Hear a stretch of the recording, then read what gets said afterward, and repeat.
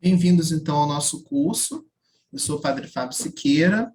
O tema do nosso curso é a Eucaristia na vida da Igreja.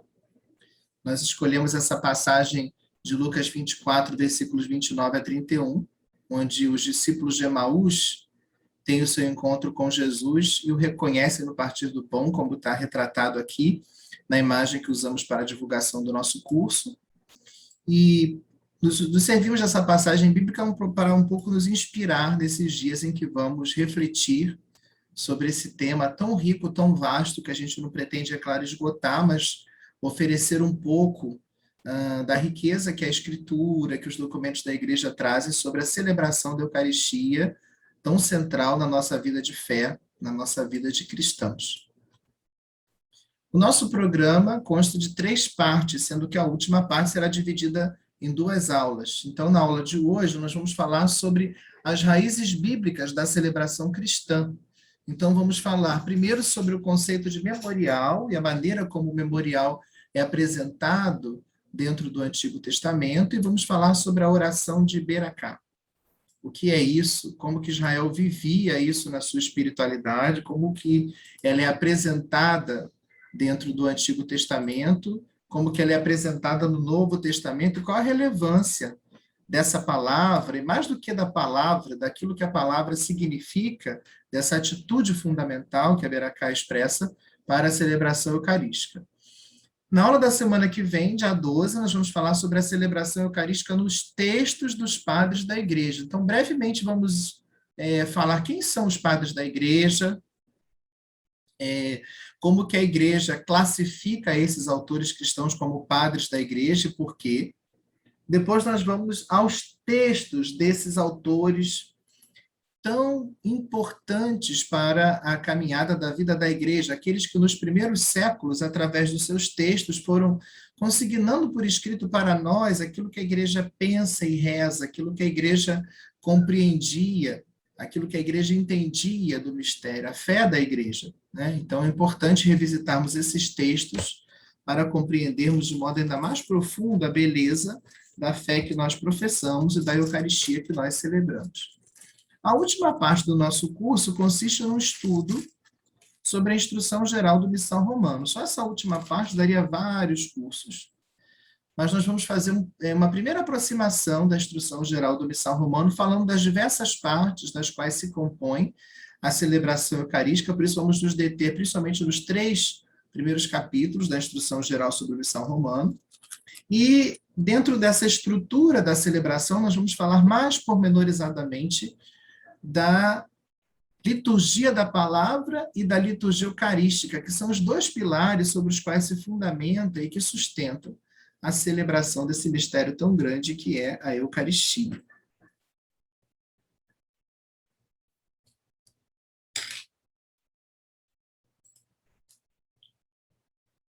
Começando, então, o nosso encontro, o tema desse nosso primeiro encontro, nós vamos falar sobre o conceito de memorial e vamos ver um texto, Êxodo 24, que é a conclusão da aliança, para vermos a estrutura fundamental do memorial para Israel. Primeiro, o conceito de memorial. Em hebraico, essa palavra, memória, memorial, é a palavra zícaron. Zícaron vem do verbo zakar, que significa lembrar, recordar. E o memorial é o zícaron. A palavra zícaron é utilizada na língua hebraica com esse sentido de memorial. Israel compreende que a liturgia que eles celebram é memória, ou memorial, das intervenções de Deus na vida do seu povo. Mas vejam que Israel não compreende essa memória, esse memorial, só em nível psicológico, como mera recordação. Mas Israel compreende que no culto, cada vez que as maravilhas de Deus operadas na história da salvação são celebradas, através de um rito, a assembleia celebrante é mergulhada na graça daquele momento. Então, quando Israel celebra, por exemplo, a Páscoa, que é uma importante festa de peregrinação, era na época da existência do templo, né? Hoje não há mais o templo, por isso não há mais propriamente festas de peregrinação, mas continua sendo uma festa central para o povo judaico, a celebração da Páscoa. quando Israel celebrava o dom da lei dado a Moisés no Sinai, quando Israel celebrava a festa das tendas, o tempo em que eles viveram em tendas. Toda vez que se subia para celebrar essas festas e para celebrar o culto, para celebrar essas grandes intervenções de Deus na história da salvação, se acreditava que através daquele memorial, daquele rito, não simplesmente se recordava aquele evento como um fato passado, mas a assembleia celebrante era mergulhada na graça daquele evento. Até hoje, na celebração judaica da Páscoa, por exemplo, chama a nossa atenção que esse conceito de memorial enquanto fazer-se presente ou enquanto trazer aquele evento presente através do rito continua existindo, inclusive na celebração doméstica da Páscoa. Quando os judeus celebram a Páscoa no ambiente doméstico, no chamado Seder de Páscoa, na celebração pascal, em dado momento, uma criança é convidada a perguntar a quem está presidindo a ceia pascal: por que essa noite é diferente das outras noites? Porque em todas as outras noites nós comemos pão sem fermento e nessa noite nós comemos... porque em todas as outras noites nós comemos pão com fermento e nessa noite nós só comemos pão sem fermento. Porque nessa noite, diferentemente das outras noites, nós comemos ervas amargas. E aí o pai de família, ou aquele que está dirigindo o Seder, vai explicar o sentido desses ritos e vai começar dizendo: porque hoje nós estamos saindo do Egito. Então a celebração não é simplesmente uma recordação de um fato passado, mas é um tornar presente esse evento na força do rito. Vejam que é a mesma ideia que nós temos de memória na celebração eucarística. Por isso que é tão importante entender também esse conceito lá no Antigo Testamento. Todos nós sabemos que a celebração da Eucaristia é memória da Páscoa de Cristo. Que a celebração da liturgia em si, seja a liturgia das horas, seja os sacramentos, é também memória da Páscoa de Cristo. Mas não é memória no sentido meramente psicológico, como eu recordo de uma festa bonita onde eu fui, como eu me recordo de uma viagem boa que fiz. Essa é uma memória só em nível psicológico, onde o evento passado continua no passado. A memória litúrgica funciona de uma outra forma. Pela ação do Espírito Santo, através do rito, eu sou conectado com aquele evento fundante, no nosso caso, a Páscoa de Cristo. Ela se torna presente, aquela assembleia, em toda a sua força. Por isso, o culto cristão é memória, não no sentido de uma mera recordação em nível psicológico, mas é memória nesse sentido do memorial para Israel, enquanto o evento fundante, em toda a sua força, se torna presente através do rito, e nós cremos que isso acontece pela ação do Espírito Santo. Sem a ação do Espírito não haveria liturgia. Toda ação litúrgica é, por sua própria natureza, memória, anamnese, palavra grega para memória. Ela é também epíclise, invocação do Espírito Santo, que é quem torna possível a memória, e toda ação litúrgica é também doxologia, é glorificação do Pai pelo Filho no Espírito. A igreja, na liturgia, oferece ao Pai, pelo Filho no Espírito, o seu louvor. A oração cristã e a oração litúrgica sempre se organiza dessa forma. Nós rezamos ao Pai, pelo Filho, no Espírito Santo. Vocês podem perceber isso na missa.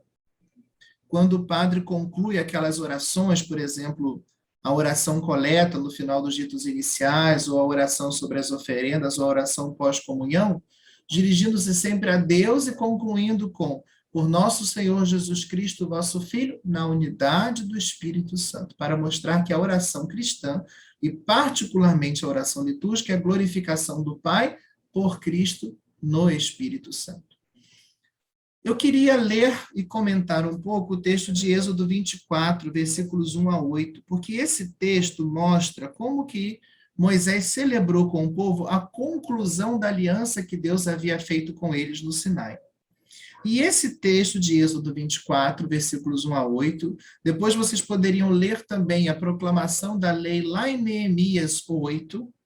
Esses textos mostram que a liturgia de Israel se sustentava em dois pilares: a proclamação da palavra e o sacrifício, o sinal sacramental que sela o compromisso do povo com Deus que lhes falou através da palavra. É a mesma estrutura fundamental que nós encontramos na celebração da Eucaristia cristã. Embora o rito da celebração tenha sofrido modificações com o passar dos séculos, embora tenham surgido o que nós chamamos de famílias litúrgicas diferentes com o passar dos séculos, então nós temos, por exemplo, os diversos ritos e famílias litúrgicas do Oriente, também os diversos ritos no Ocidente, além do rito latino, nós temos outros ritos litúrgicos no Ocidente que comportam diferenças na celebração, mas em todos esses ritos há uma estrutura fundante e fundamental, que é a liturgia da palavra e a liturgia eucarística. Essa estrutura fundamental nós a encontramos desde o início, sobretudo lá na descrição que São Justino, que é um autor que morre em meados do século II, faz da Eucaristia, ele vai falar sobre esses dois pilares sobre os quais se sustenta a celebração.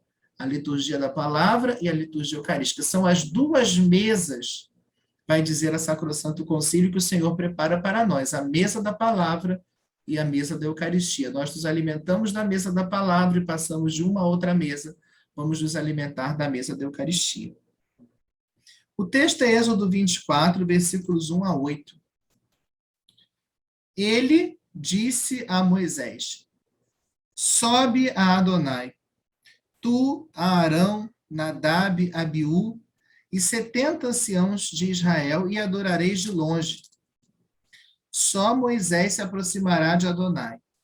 Os outros não se aproximarão, nem o povo subirá com ele. Veio, pois, Moisés e referiu ao povo todas as palavras do Senhor e todas as leis, e todo o povo respondeu a uma só voz: nós observaremos todas as palavras ditas pelo Senhor. Moisés escreveu todas as palavras do Senhor, e levantando-se de manhã, construiu um altar ao pé da montanha, e 12 estelas para as 12 tribos de Israel. Depois enviou alguns jovens dos filhos de Israel e ofereceram holocaustos e imolaram ao Senhor novilhos como sacrifícios de comunhão. Moisés tomou a metade do sangue e colocou em bacias e espargiu a outra metade do sangue sobre o altar. Tomou o livro da aliança e o leu para o povo, e eles disseram: tudo o que o Senhor falou, nós o faremos e obedeceremos. Moisés tomou do sangue e o aspergiu sobre o povo e disse: este é o sangue da aliança que o Senhor fez convosco através de todas as suas cláusulas.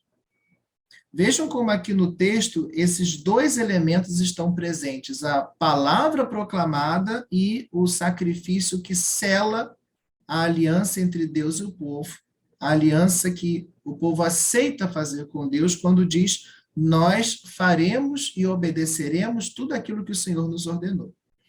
Em primeiro lugar, a palavra é proclamada. Moisés vem e proclama ao povo todas as palavras do Senhor e todas as leis. E o povo diz: nós observaremos todas as palavras ditas pelo Senhor. Depois Moisés escreve essas palavras do Senhor e, levantando-se de manhã, constrói um altar. Ele toma, então, esse livro no qual ele escreve aquilo que o Senhor lhe disse e, de novo, proclama tudo aquilo que o Senhor lhe havia dito e que agora está escrito no livro. E o povo se compromete. Tudo que o Senhor falou, nós o faremos e obedeceremos. E então Moisés sela esse pacto entre Deus e o povo com um sacrifício. Aqueles animais oferecidos em holocausto, o sangue deles é aspergido sobre o povo, e Moisés vai dizer: este é o sangue da aliança que o Senhor fez convosco através de todas essas cláusulas. É como na celebração da Eucaristia. Primeiro ouvimos a palavra, depois nós respondemos a palavra, seja com o próprio salmo responsorial, seja nos domingos com a profissão de fé, que é o nosso modo de dizer, através da profissão de fé, que nós faremos e obedeceremos tudo aquilo que o Senhor nos disse.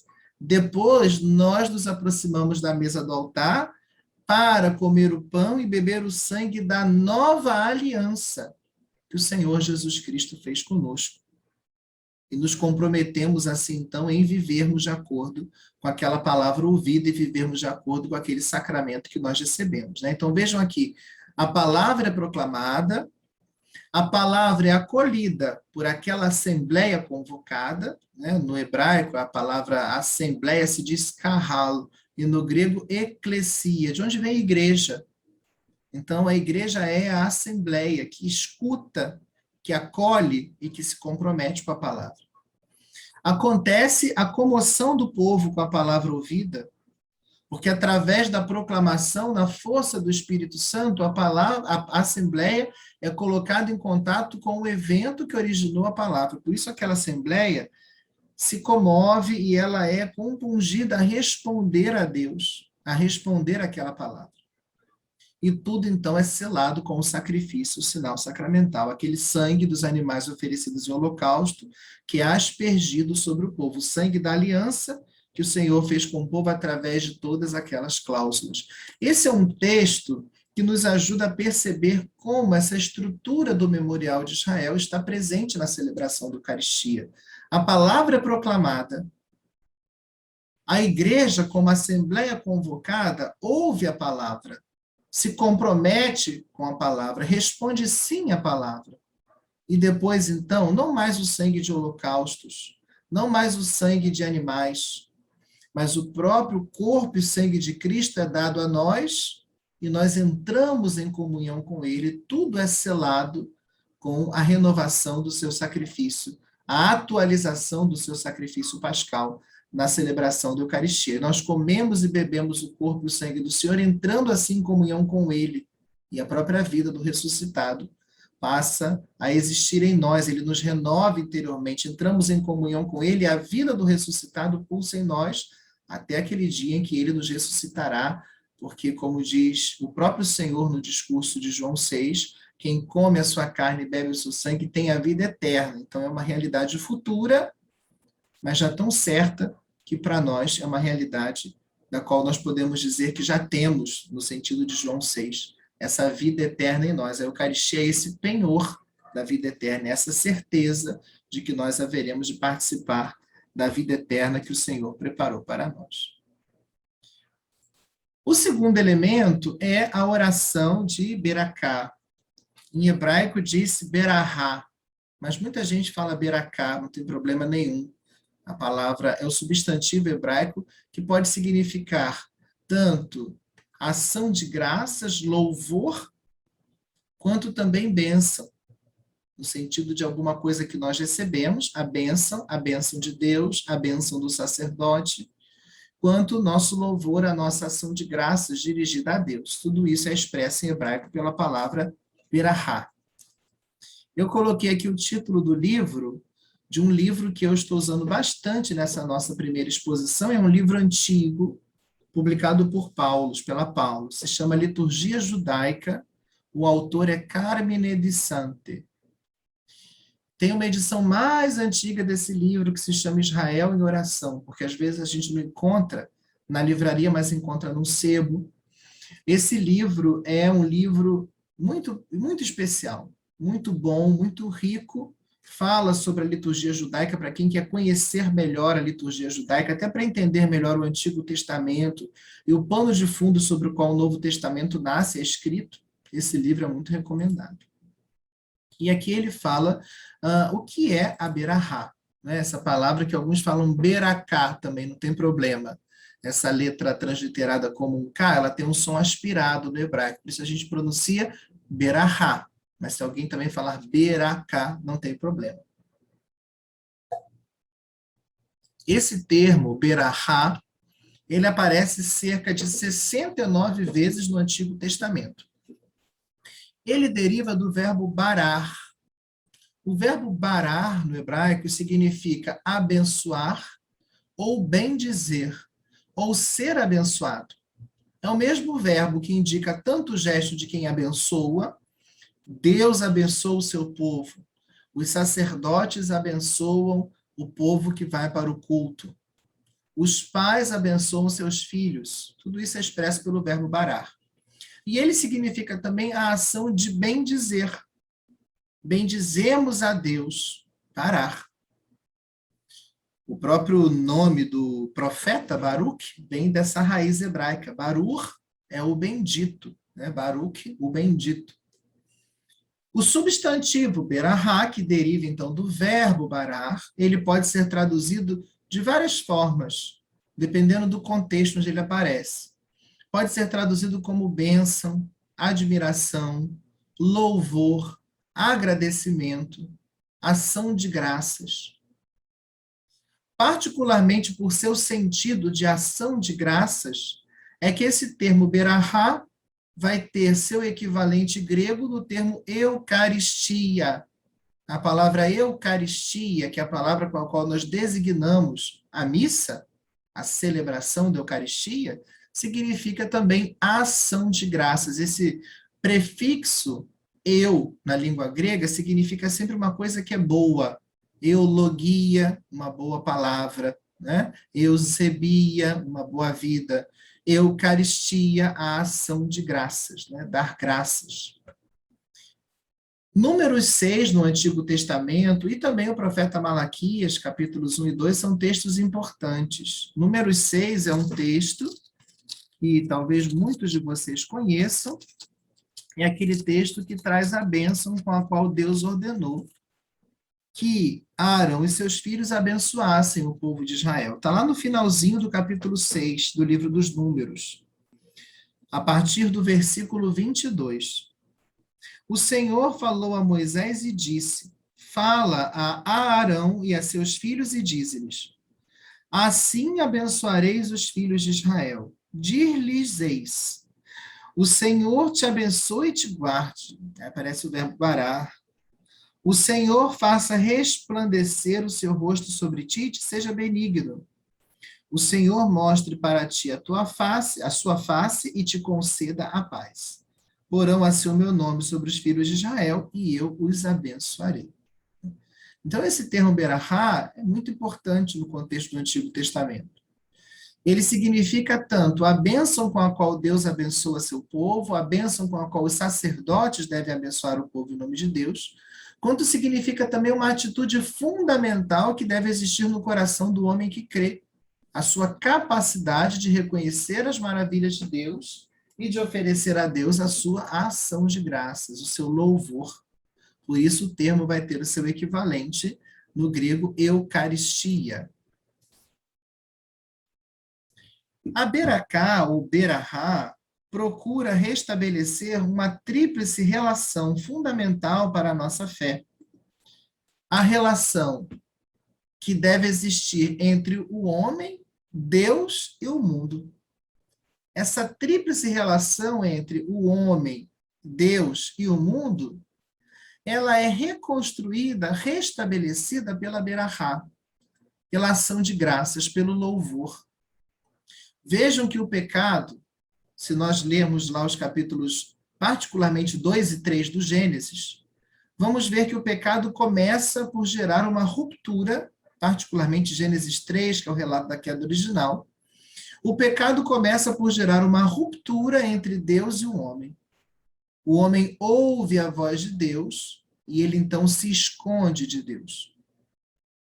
Depois, o homem rompe a sua relação com outro homem, não é? Porque o ser humano com outro ser humano, porque Adão vai colocar a culpa na sua esposa, depois nós vamos ver que na sua descendência Caim vai matar Abel, então há um rompimento na relação também dos homens entre si, dos seres humanos entre si. E também a relação do homem com o mundo fica comprometida, porque se antes Deus havia criado o jardim, colocado lá o homem para cultivá-lo e guardá-lo, Deus havia plantado o jardim do Éden para o homem, para que ele ali encontrasse tudo que lhe era necessário. Depois do pecado, Deus diz a Adão que ele vai sair, vai cultivar a terra, mas ela não vai dar os frutos esperados. Ao invés de dar um bom fruto, ela vai produzir espinhos e abrolhos, né? Então, essa relação foi, de certa forma, comprometida com o pecado. E a berahá entra aqui como uma forma que Deus encontra, que Deus nos mostra, que Deus ensina ao homem para que essa relação seja restabelecida, a relação entre Deus e o homem, entre o homem e o mundo. Né? Vamos ver aqui como que essa relação é restabelecida através da oração da Berahá.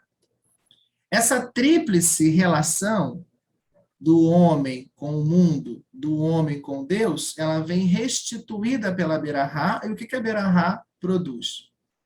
Se nós separarmos Deus do homem, nós temos uma teologia simplesmente especulativa. Se nós separarmos Deus do mundo, nós temos uma teologia desencarnada. Então, o nosso discurso a respeito de Deus envolve também o homem. O nosso discurso a respeito de Deus envolve também o mundo. Então, nós fugimos dessa cisão entre Deus e o homem, entre Deus e o mundo, pela Berahá. Porque nós passamos a reconhecer o mundo como o dom de Deus e o homem como receptor de tudo aquilo que Deus criou como dom.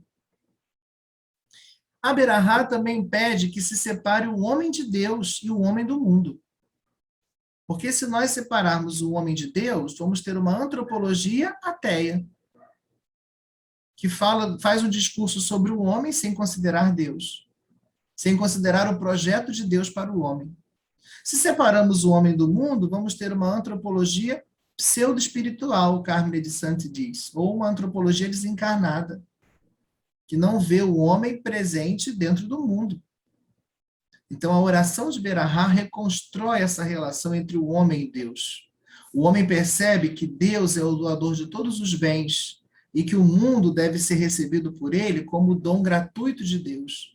Ao fazer a sua ação de graças, ao bendizer a Deus por tudo aquilo que ele recebe das mãos de Deus, ele reconhece que Deus é o doador do mundo para ele e que o mundo é dom de Deus. Deus é o doador e o mundo é o grande dom que ele recebe como beneficiário. Isso só acontece em quem oferece a sua Berahá, a sua ação de graças. Por outro lado, também não poderíamos separar o mundo de Deus nem o mundo do homem. Porque se separássemos o mundo de Deus, teríamos uma cosmologia, que é o estudo a respeito do mundo, secularizada, que não leva a Deus em consideração, que não considera Deus como aquele que é o criador de todas as coisas. Se separarmos o mundo do homem, teríamos uma cosmologia estetizante, ou seja, um discurso do mundo, a respeito do cosmos, mas sem levar em conta o homem, que é colocado por Deus como vértice da criação. Não para explorá-la de modo vergonhoso, destruindo a obra de Deus, a obra da criação, mas como guarda da criação. Né? Então, a oração de Berahá, a capacidade do homem de oferecer a Deus a sua ação de graças, o seu louvor, faz com que ele não se separe nem do mundo, nem de Deus. Ele, ao fazer a sua ação de graças, reconhece que Deus é o doador de todos os dons que ele possui, e ao fazer a sua ação de graça, ele reconhece também que o mundo é dom, que deve ser recebido com gratidão. E aquilo que nós recebemos como dom, como presente, não só recebemos com gratidão, mas procuramos fazer bom uso daquilo que nos foi dado como dom. Não pegamos o presente e o quebramos, né? Mas cuidamos bem daquilo, reconhecendo que é um grande dom, um grande presente que nos foi dado por Deus. Na espiritualidade judaica, tudo é motivo para bendizer e para se fazer ação de graças. Não só a vida, mas também a morte. Sobretudo quando Israel desenvolve a concepção de uma vida lúcida após a morte já não é mais interpretada como o fim da possibilidade de se louvar a Deus. Quando Israel não tinha, em tempos mais antigos, a concepção de uma vida lúcida após a morte, se pensava, com a morte, o homem não é mais capaz de louvar a Deus, o homem entra num estado de inconsciência e de sonolência, desce para o Sheol, palavra hebraica usada na Escritura para designar a mansão dos mortos, o lugar onde os mortos ficavam num estado perpétuo de sono. Então, lá não se bendiz. Então, por isso se insistia em pedir a Deus que salvasse a vida do homem das redes do Sheol, porque lá ninguém louva, lá ninguém bendiz. A partir do momento que Israel desenvolve a concepção de uma vida lúcida após a morte, também a morte é motivo para bendizer. Não só a vida, mas também a morte, porque se compreende que a morte não é mais o fim, mas a morte abre as portas para o verdadeiro começo. A morte não é um estado de sonolência, mas a entrada na posse daquilo que Deus preparou para nós, sobretudo a partir da perspectiva cristã, mais ainda vida e morte se tornam motivos para a nossa ação de graças. Né? Vejam que na celebração eucarística, por exemplo, Muitas vezes, num único dia, apresentamos como intenção o dom da vida de alguém e também rezamos por alguém que faleceu, porque no mistério da Páscoa de Cristo tudo se esclarece. Também a saúde e a doença.